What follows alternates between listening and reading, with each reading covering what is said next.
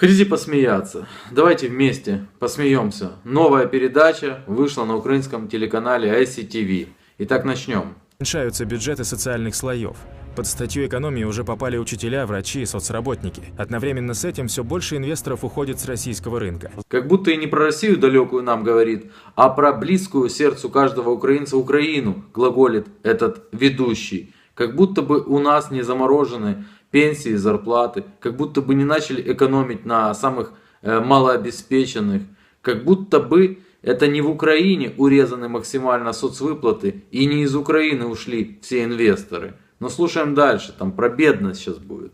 Так называемая зона бедности. Число граждан, которые живут за чертой благосостояния, сейчас составляет в России 12%. При сохранении текущих тенденций зона бедности составит до 23% к концу 2015 года. А учитывая, что ситуация в России с каждым днем усугубляется, это может быть и 30% населения. И даже 100% может населения, все окажутся за чертой бедности. Но давайте теперь обратимся к украинским СМИ и почитаем, что по поводу бедности в нашей стране.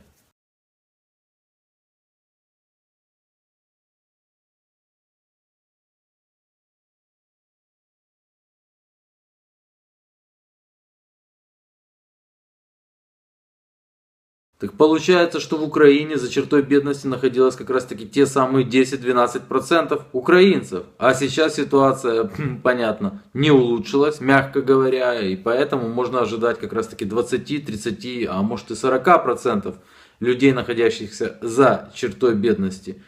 Так о чем речь вообще? Забыл, речь о России. Слушаем дальше по поводу сокращения населения. За 8 лет население России сократилось на 2 миллиона 300 тысяч граждан. Но это ужасающие, конечно, факты. А теперь...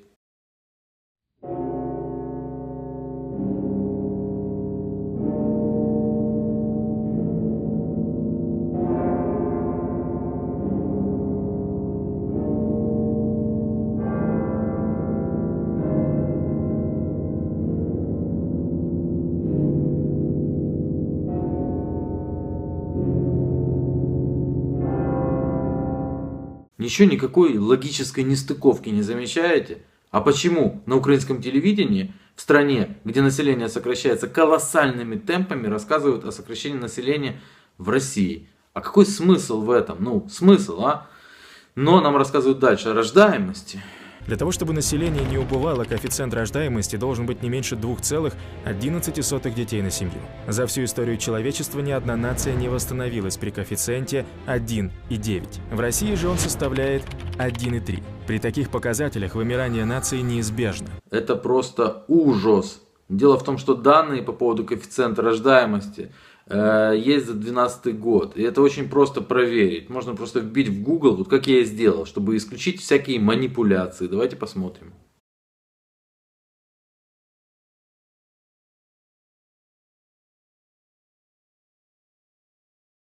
То бишь в Украине коэффициент этот ниже, чем в России, а ведущий сказал, что ни одна нация не восстановилась даже при коэффициенте 1,9. Он о нас, что ли, говорит? Или все-таки о далекой для нас России? Ну и теперь последнее в этой передаче, что меня просто прибило. Не говоря уже о том, сколько солдат, которые могли бы продолжить русский род, погибает сегодня на Донбассе. Ребята-срочники, которые ничего не подозревали, думали, что они находятся на учениях, на самом деле попадают в котел войны. А теперь ссылка на этот же телеканал, только 10-дневной давності. Вона пропонувала викупити з полону солдат, які насправді загинули. А один із списків нібито полонених, яких представила Васильєва, взагалі виявився складом футбольної команди. Але навіщо все це було потрібно Олені Васильєвій? Хотіла прославитися, заробити, а може просто не в собі? Чи вона з тих, кого називають провокаторами? У будь-якому випадку, як вам не соромно, Олена Борисівна? Вот, долго думал, какой же вывод сделать из всего этого, а потом подумал, не буду я делать вообще никакого. Мне это просто напомнило телевидение Сомали, которое делает сюжет о нищих, которые есть в Бельгии. Все.